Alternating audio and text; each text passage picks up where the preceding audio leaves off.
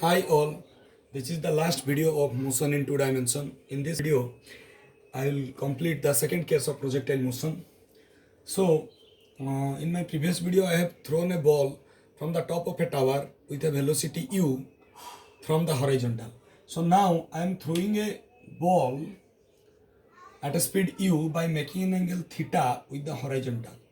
So if you watch my video on vector, you realize this is u, this is theta, means this will be u cos theta and this will be u sin theta. It is a motion in two dimension, but I am breaking this into two different directions. So along horizontal direction, the body will experience u cos theta velocity. In vertical direction, the body will experience u sin theta velocity, that is initial velocity. So the ball is thrown at an angle theta with the horizontal from the ground and with a speed u. Okay, so first concept, concept 1. Time taken by the ball to go from A to C. This is the path of the projectile. Time taken by the ball to go from A to B to C is equal to time taken by the ball to cover AC horizontal distance is equal to time taken by the ball to cover, so this is D, BD height twice. Just understand this. Suppose the ball is taking 10 minutes to go from A to C in its path, actual path, 10 minutes. So in that 10 minutes, the ball is covering AC horizontal distance, and in that 10 minutes, the ball is covering this BD height twice. When the ball is going from A to B, the ball is covering DB height. When the ball is coming from B to C, the ball is covering BD height. So when the ball is going from A to B and B to C, the ball is covering BD height twice and AC horizontal distance. So this is the first concept. And second concept, the ball will experience two velocity. One is u cos theta, which is horizontal. Initial horizontal velocity is u cos theta, and it is constant throughout the motion. It is constant throughout the motion. It is constant or uniform. Now, the vertical velocity is u sin theta. Initial vertical velocity is u sin theta, but this is non-uniform because at position A, at point A, the velocity, the vertical initial vertical velocity is u sin theta. At B, the vertical velocity will be 0, and at C, the vertical velocity will be again u sin theta. So if I draw a diagram like this will be u sin theta initially. Here vertical velocity will be 0 because here vertical velocity is 0, that's why the ball is coming, and this will be u sin theta. Initial vertical velocity at position A is u sin theta, and at position C vertical velocity will be u sin theta. But because in my first video of motion under gravity, maybe 2 videos back of this video, I have discussed if I throw a ball with u, it will hit the ground with the same velocity u. So this is the same case. Initial velocity is u sin theta, which is vertically upward. Now final vertical velocity will be u sin theta when it is reaching at C, from A to C. But only difference is the direction. So this is very, very important. So we know the concept. The ball is going from A to B and B to C and taking some time. In that time, the ball is covering horizontal distance AC once and covering BD height twice. Now second concept, the ball will experience two velocities. One is horizontal velocity, one is vertical velocity. It is a motion in two dimension case. Now definitely there are two types of motion. One is along horizontal direction, another is along vertical direction. So first equation is my equation of trajectory. This is an equation which will establish a relationship between horizontal equation of motion and vertical equation of motion. In the last video also I have discussed, along horizontal direction the body will possess uniform velocity or the motion is uniform. So it's very simple, speed equal to u cos theta, which is always constant. Let the body is going from A to E. Let the body is going from A to E in time t. So let's say this is F. So let it it is covering a horizontal distance x and a vertical height y in this t time. So let the body is going from A to E in time t. So it will cover a horizontal distance x and a vertical height y in time t. So since we are trying to find out relationship between horizontal equation of motion and vertical equation of motion, so we have to consider a third person which will establish a relation. That third person is nothing but t, because in that same time t it is covering a distance x horizontally. So distance equal to x and time here equal to t. But along horizontal direction the motion is uniform. So the simple formula, speed equal to distance by time. So our speed is u cos theta and distance is x and time is t. So t equal to x by u cos theta. So this is my equation 1. So I have got t equal to x by u cos theta for horizontal equation of motion. For vertical equation of motion, my initial vertical velocity is u sin theta. Basically I am considering my motion from F to E. I can write motion from F to E. In the diagram you can check motion from F to E, because when the body is at A, it means we can assume that position of the body is at F. So initial vertical velocity is u sin theta. But at E we don't know, but we can know S equal to Y. We have taken S equal to Y.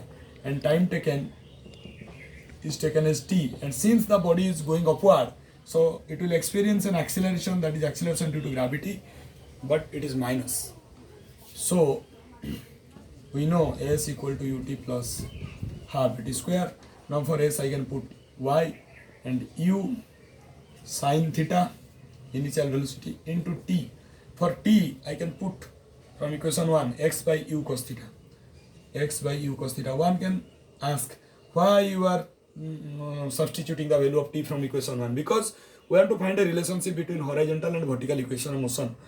In vertical direction the distance covered is y, in horizontal direction the distance covered is x. So I want to find an equation which will give me a relationship between x and y.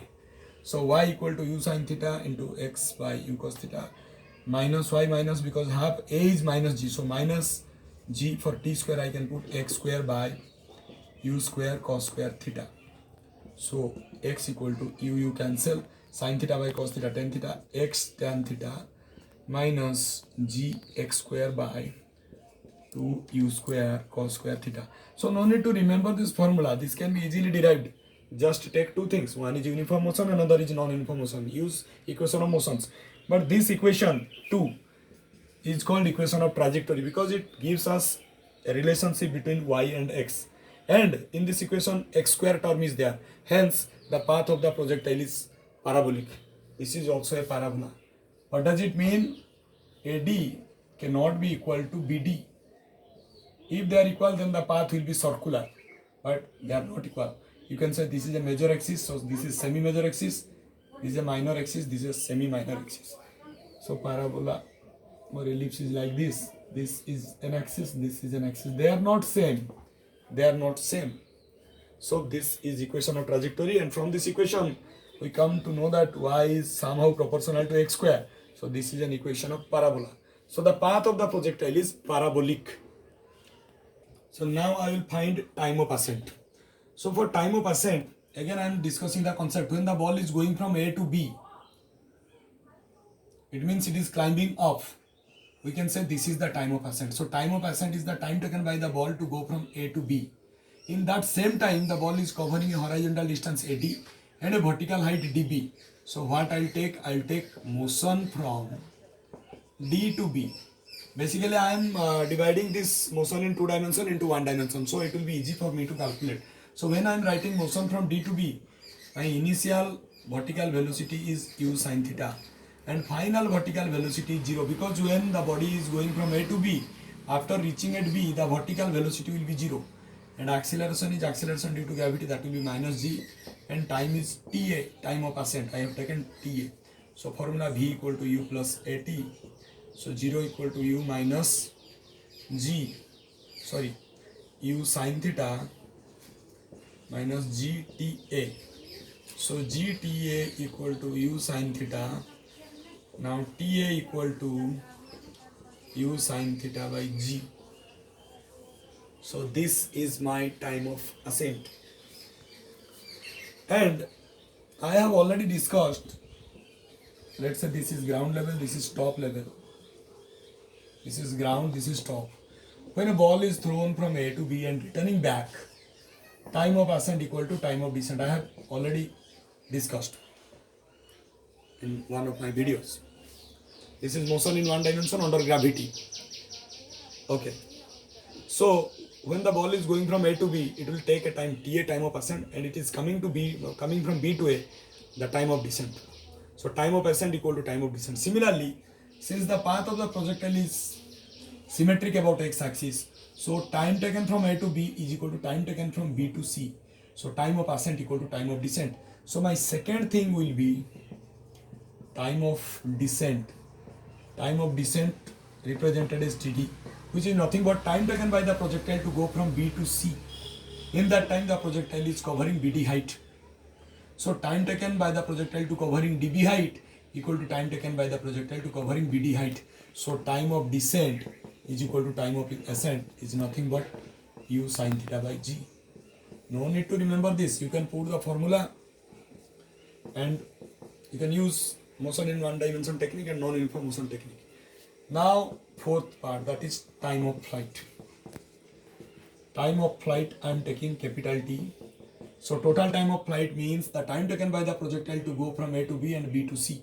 So T equal to time of ascent plus time of descent. Both are same. You can write 2 into time of ascent or 2 into time of descent, which is equal to 2u sin theta by g. So total time of flight is 2u sin theta by g. This is equation 5. Now I am interested to find height. Height means I want to find dB. So again I can write motion from D to B. Motion from D to B. My initial velocity u equal to u sin theta. Final velocity v equal to 0. S equal to h. That height I want to find, that is nothing but dB. And a equal to minus g. So the formula v square equal to u square plus 2s. 0 square equal to u square sin square theta minus 2gh. Basically I am considering my motion from D to B, that is along vertical direction, and initial vertical velocity is u sin theta. So this will be 2gh equal to u square sin square theta. Now h equal to u square sin square theta by 2g. This is the height covered by the projectile, that is from D to B. Now I will calculate range. What is range? So this is equation 6. Now what is range? Range is nothing but, range is the maximum distance covered in horizontal direction. So basically I want to find out AC. So it's very easy. Speed, distance and time we have to take, because along horizontal direction the body is experiencing a uniform motion. Uniform motion means simple formula, speed equal to distance by time. So along horizontal direction speed is constant, so that is u cos theta, because this is u cos theta and this will be u sin theta. Now distance is AC, that is, let's say range. For range I am taking r. Next one, distance along horizontal direction. Time.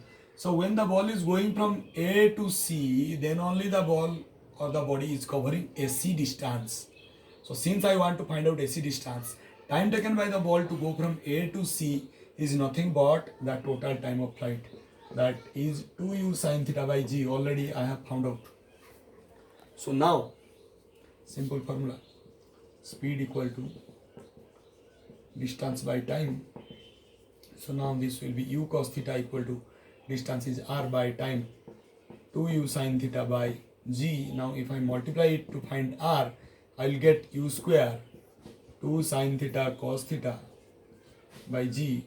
So range equal to u square sin 2 theta by g. This is range. Equation 7. Conditions for maximum horizontal range. So range to be maximum, R to be maximum. U is constant because it is initial velocity which is given in the question, constant. G is constant. So u square by g I cannot change, it is constant. So sin 2 theta should be maximum. Sin 2 theta should be maximum. And sin 2 theta maximum value is 1. It means sin 2 theta equal to sin 90 is 1. So 2 theta equal to 90. So theta equal to 45 degree.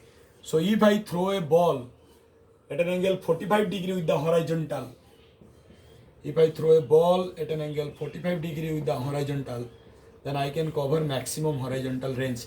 Basically in javelin throw or shot put throw, discus throw, if you know to throw your device or javelin or shot put or discus at an angle 45 degree with the horizontal, then you can cover a maximum horizontal range and or maximum distance along horizontal direction. And if you are covering maximum distance in javelin and shot put and discus throw, you will get the first prize, of course. But in theoretically you can show it, but in physically or practically you have to practice it. Now in next case, condition for two different angles of thrown. Suppose in one case I am throwing a ball with a speed u and by making an angle theta. In another case I am throwing another ball by making an angle 90 minus theta with the horizontal with the same speed u. So here range, let's say r1, and let's say range here is r2. So here range will be r1 equal to u square sin 2 theta by g. Already I have found out from equation 7. Now here range will be r2 equal to u square sin 2 into, in case of theta I can put 90 minus theta by g. So r2 equal to u square sin, if I multiply 2 into 90, that will be 180 minus 2 into theta, 2 theta divided by g. And all of you know sin 180 minus theta equal to sin theta. So sin 180 minus 2 theta equal to sin 2 theta. U square sin 2 theta by g. Now look at equation 8 and equation 9. So from 8 and 9, it can be concluded that R1 equal to R2. It means for R1 I am throwing a projectile with an angle theta but with the same speed u. And for R2 I am throwing that same projectile or another projectile by making an angle 90 minus theta but with the same speed, but the range are same. So if I combine the diagram, suppose this will be 90 minus theta, this will be my theta. So basically I have made some mistake in this diagram. Let me change it. Suppose I am throwing with an angle theta. Now I am throwing at an angle 90 minus theta. For R1, for theta this is R1, and for 90 minus theta R2. Basically their ranges are same. So if, simple example, if I am throwing a projectile at an angle 25 degree, then at what angle I should throw the another projectile so that their range will be same for 25 degrees. So another angle of thrown will be 90 minus 25, that is 65 degree. So basically for two different angles of thrown of a project of for two different angles of thrown of two different projectile at a same speed, the range will be same if both the angles of thrown will be complementary to each other. Means one angle plus another angle should be 90 degree. Now I want to find out instantaneous velocity. This is the last article of this chapter. So let us consider a point D where I want to find out instantaneous velocity. Let the ball is taking t time in going from A to D, and let the ball is thrown at a speed u by making an angle theta. Now I am zooming this diagram here. This is the D point. This is my instantaneous speed. So u instantaneous can be written as ux vector plus uy vector. So now my ux or horizontal component of velocity is u cos theta, because at the start of this topic, I have already told the body will experience a horizontal uniform velocity, that is u cos theta.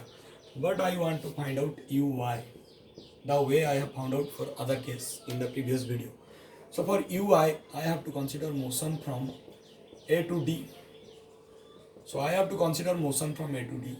My initial vertical velocity is u sin theta, and I don't know what is the final vertical velocity, so that will be v, that will be ui, that I want to find out, and A equal to g. But since I am going above, so my acceleration due to gravity is minus g, A equal to minus g, and time taken equal to t. So the formula is v equal to u plus at. So v is ui, this u will be u sin theta minus gt. So this is the expression for vertical velocity at point D. So now I can use these two things. Let's say this is equation A, equation B. Let's say this is equation 8.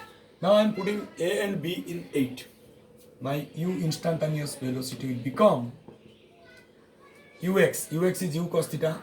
I can also write ux I cap because it is along positive x-axis, minus ui j cap because it is along negative y-axis. So for ux I can put u cos theta I cap, minus for ui I can put u sin theta minus gt j cap. This is my u instantaneous velocity. So I got a velocity, it's a vector quantity. So if I draw the diagram, this will be my u cos theta, and this will be my u sin theta minus gt. So this will be my u instant. Now the magnitude will be this square plus this square according to parallelogram's law of vector addition or Pythagoras theorem. So u square cos square theta plus u sin theta minus gt whole square root over, because u cos theta and u sin theta are perpendicular to each other. Now I want to find out the angle beta. So beta, tan beta equal to P by B. Okay, this is u sin theta, this is u sin theta. I am again drawing the diagram. This is u sin theta minus gt. So this part is also u sin theta minus gt, and this is u cos theta. Now this will be beta.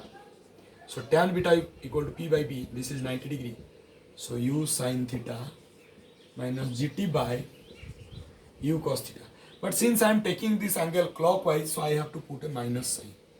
So this whole thing will become tan beta equal to this minus minus plus gt minus u sin theta by u cos theta. So my beta will become tan inverse gt minus u sin theta by u cos theta.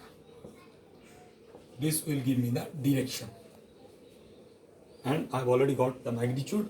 Again I'm writing this magnitude here. U instant equal to u square cos square theta plus u sin theta minus gt whole square root over. So if I erase other things, you can come to know that from these two formula I can able to calculate the magnitude of instantaneous velocity and the direction of instantaneous velocity. Hope everybody are clear. If you have any doubt, then please write me in my comment section, or feel free to ask your doubt in my number 9090 700 977. Stay tuned to my channel. Please subscribe, watch, share and like. Thank you.